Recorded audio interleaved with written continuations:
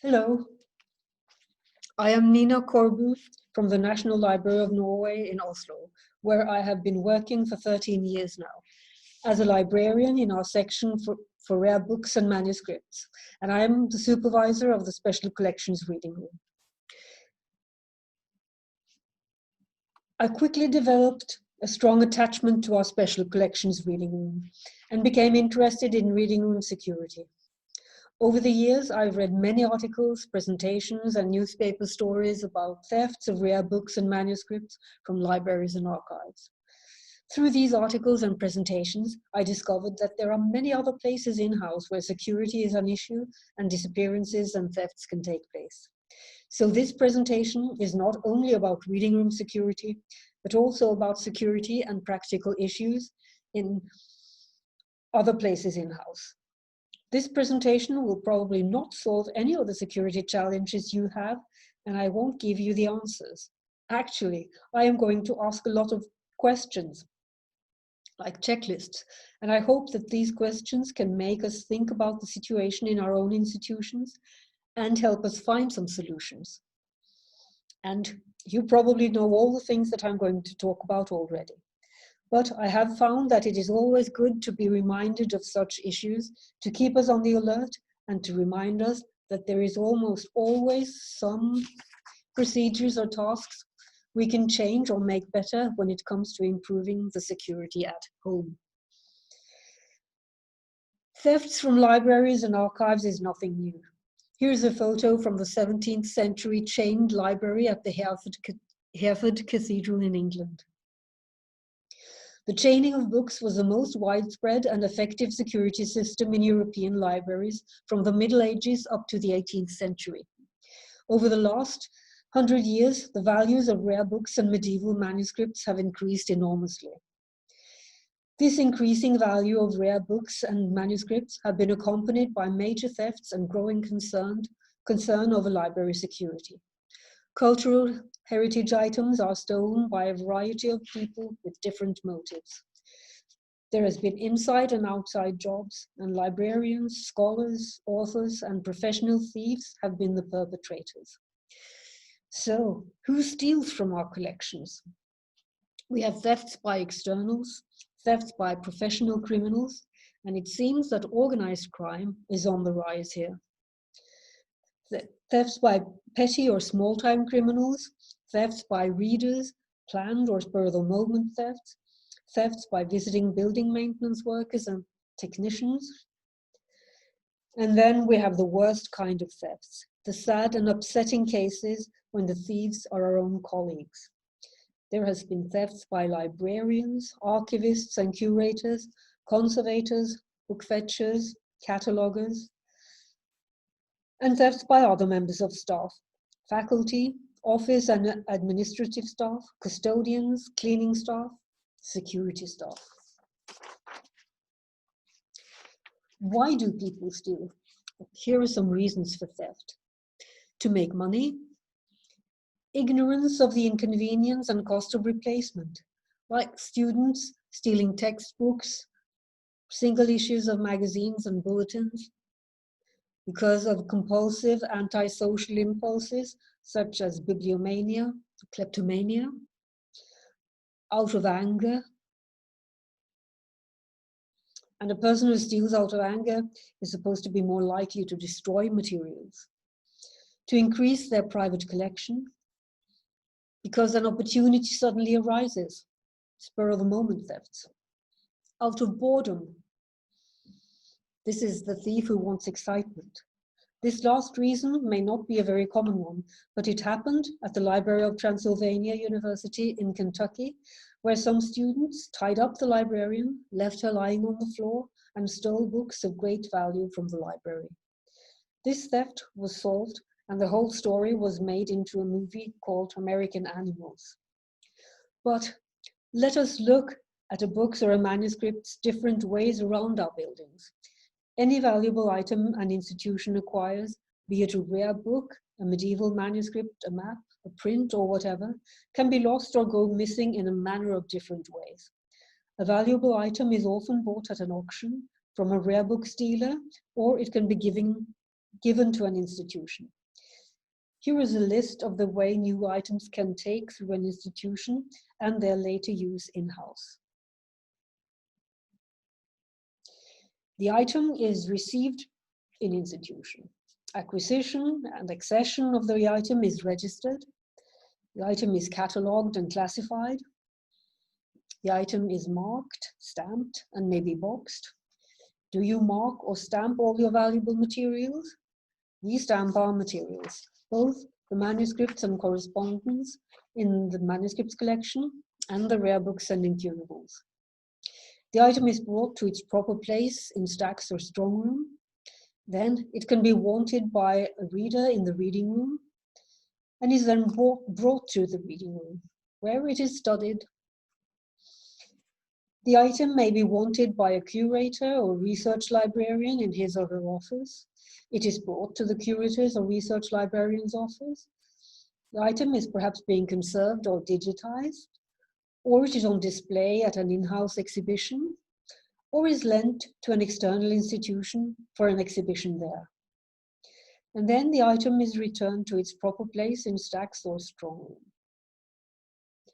And at all these different stages and places, since these tasks often take place all over the institution and not always inside the building's security zones, a document or a book can disappear, get lost, be misplaced, mutilated, or stolen. I'm here using the cataloging department as an example. Accession, cataloging, and classification, marking, and stamping of rare and valuable materials are important tasks. They should always be done inside the institution's security zone, and they should be performed by dedicated staff and librarians, and preferably in the same room. But if these tasks are performed in other departments of our institutions where we normally don't go, do we know that these departments have the same levels of security in their job descriptions and in their part of the building that we have in our own offices or workspaces, in the stacks, strong rooms, and the special collections reading room? Is the cataloging department inside the security zone? Do the catalogers have their own office where they can lock the door when they leave their office, or do they work in open plan offices? Can a rare book or an incunable be left on a catalog librarian's desk while he or she goes for lunch? Could it be left on their desk overnight? Does the cataloging department have a secure safe where rare and valuable objects always are placed during breaks and overnight? To be protected and easy to recover, materials need to be catalogued and marked. Large collections need to be surveyed to ensure that rarities are gathered together where access can be controlled. Many libraries have scattered rare books in general collections, and many of us probably also have accepted gifts that can remain uncatalogued and unmarked for generations of staff. Collections have grown so large that few libraries do systematic inventories. Such inventories are very important, but they require both staff and time. Access to stacks and strong rooms. Now, the items have been catalogued and they are ready to be shelved in their proper place in the, I hope, locked stacks or strong room. Who has access to stacks and strong rooms? Do we have dedicated staff that is trained in the subject of manuscripts, archives, rare books and incunables, maps, etc.? Or is it staff who collects materials from all our collections, who also collects for us? Is a person who is authorized to collect or fetch a paperback novel from, say, 2017, also authorized to collect and bring manuscripts and incunables up to the special collections reading room and return them? I would strongly recommend a small but dedicated staff to perform these tasks. This will let the staff get to know the special collection, and that will also make it easier for them to notice if something does not look right on the shelves. This can, of course, also make it easier to steal or mutilate material because you know the collection so well. But at my library, this is a two-part procedure in the manuscripts collection. Some of us, the librarians, fetch material from the manuscripts collection in our locked high security stacks, and the curators return the material. Access to stacks and strong rooms should be given on a need to have and absolutely not a nice to have basis. Does temporary staff have access to locked stacks and strong rooms for manuscripts and rare books? Only permanent staff with a need for access should be given access. Security staff and custodians usually have access, but all other staff should be escorted by dedicated staff. Cleaning staff and visiting building maintenance workers and technicians should be followed and supervised while working either by security staff or the custodians who work closely with the security staff. And it is important to teach security staff how to supervise cleaning staff and building maintenance workers around the closed stacks. Now on to the special collections reading rooms. The more rare and special material a library and archive have, the more they need a separate and secure place where readers can consult this material. A special collections reading room. But I will just call it reading rooms here as this is shorter. A special collections reading room is a space in which rare books, manuscripts, and other materials that are scarce, valuable, delicate, or particularly subject to theft may be consulted and enjoyed by patrons under secure and controlled conditions. When you have a reading room, certain conditions should apply. There are guidelines that can help us here, both for new and historical institutions, and there are, of course, rules and traditions that already exist in an historical institution. And we can find information and inspiration by visiting other institutions' reading rooms and looking at the information on their reading rooms on their web pages. I suppose that most of us will never have the opportunity to plan a new reading room in a new building. The task most of us will come in contact with is probably rebuilding or remodeling an existing one. Both planning a new and remodeling an existing reading room are tasks where we often will encounter conflicting needs and expectations, and not only from our readers. Often a reading room is seen by our administrators and management as a showroom of the institution, a room that is distinguished more for the way it looks than for its functionality and security. Reading rooms are often planned to serve as exhibit or reception rooms as well as reading rooms. These needs and expectations must be taken into account during planning and design. And security policies and procedures must be implemented with this in mind when conflicting uses cannot be eliminated. Collection storage areas like stacks areas and strong rooms usually receive the greatest attention when it comes to security. But these areas are also the easiest to protect. These areas are almost always securely locked, accessible only to a part of staff, and have limited access points. The reading room presents greater challenges. It will be accessible to readers and patrons during opening hours and may be accessible to departmental staff, outside staff, and custodians at any time. Ideally, the reading room should be a completely self-contained area in the building.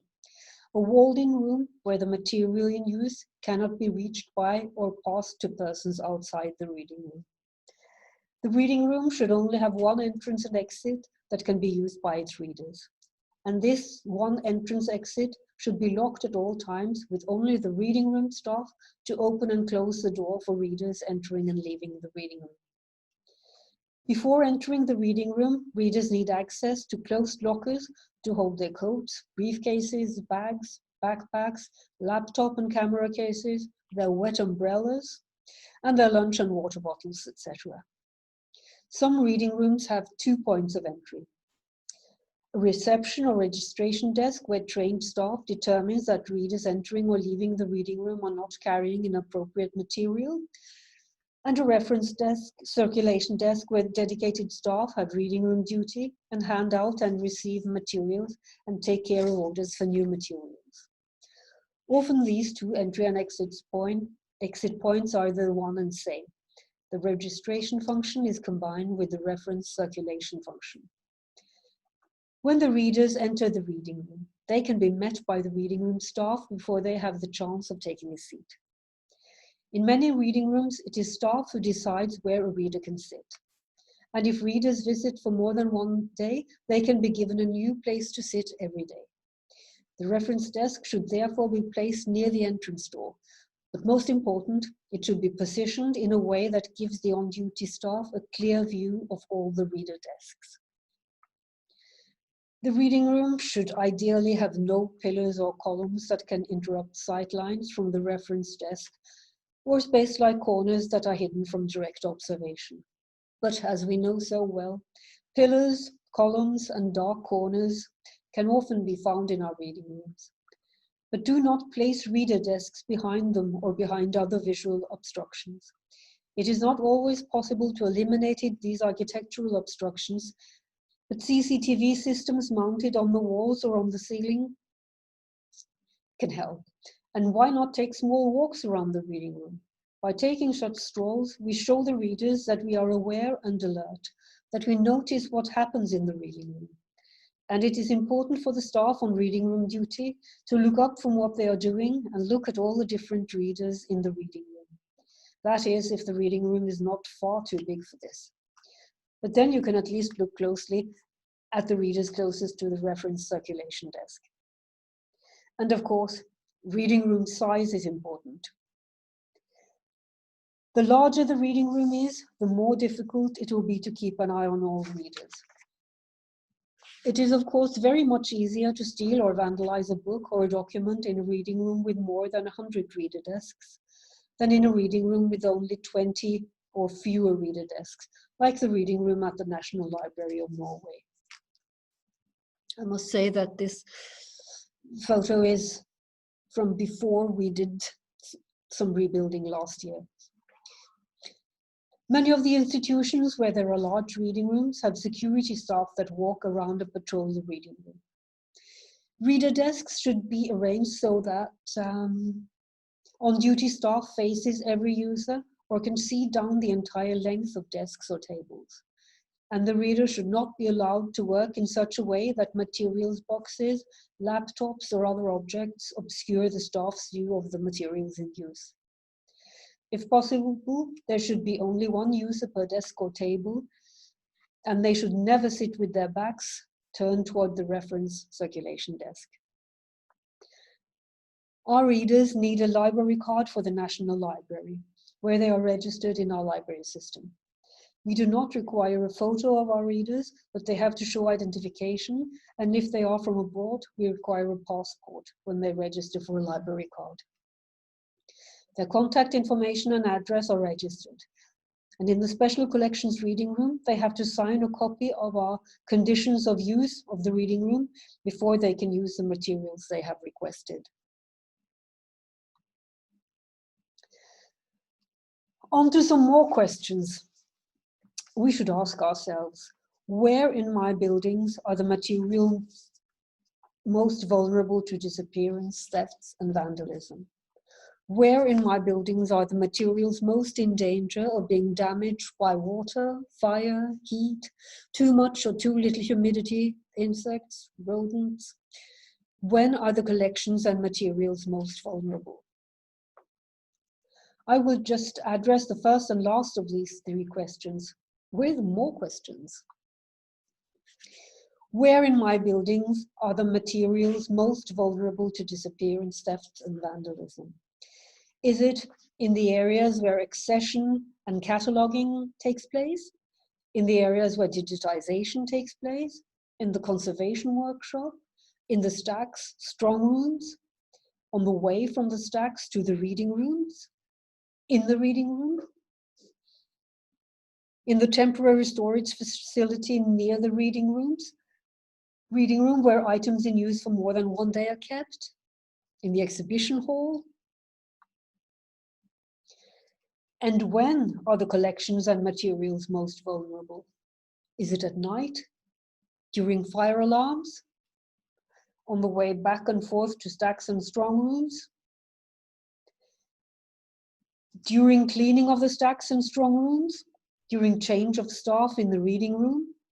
When all reading room staff is busy advising and helping the readers? when the reading room staff is too concentrated on their own tasks during reading room duty, or while being reserved for further use in the reading room, at closing time when the reading room can be very busy, or during a presentation of materials in the reading room or a classroom, while being displayed in showcases at exhibitions. I will continue with more questions. These questions are from a checklist I found very interesting. Timothy Walsh prepared a manual for the Society of American Archivists Archival Security Programs titled Archives and Manuscripts Security in 1977. But the questions still apply, at least most of them I would think. The manual lays out different planning checklists. These are taken from a repository security checklist. The list is longer, but I have chosen the questions I found most interesting. Is there a repository security officer? Is there a procedure to check all applicants' backgrounds before hiring new staff? Is access to stack and storage areas on a need-to-go basis? How many employees have master keys and combinations to vaults in other restricted areas? Is an employee assigned to the reading room at all times? Do employees recognize the seriousness of the theft problem and the need for vigilance in the reading room? Have employees been instructed in the techniques of observation? Have employees been told what to do if they witness a theft? What type of personal identification is required of readers? Are readers interviewed and oriented to collections prior to use of collections? What are readers allowed to bring into the reading room? Do call slips include the signature of readers? What other information is included? And how long are call slips retained? How much materials are readers allowed to have on their desk at any one time? Are archival materials stacked on trolleys near the reader's seat or kept near the reference desk?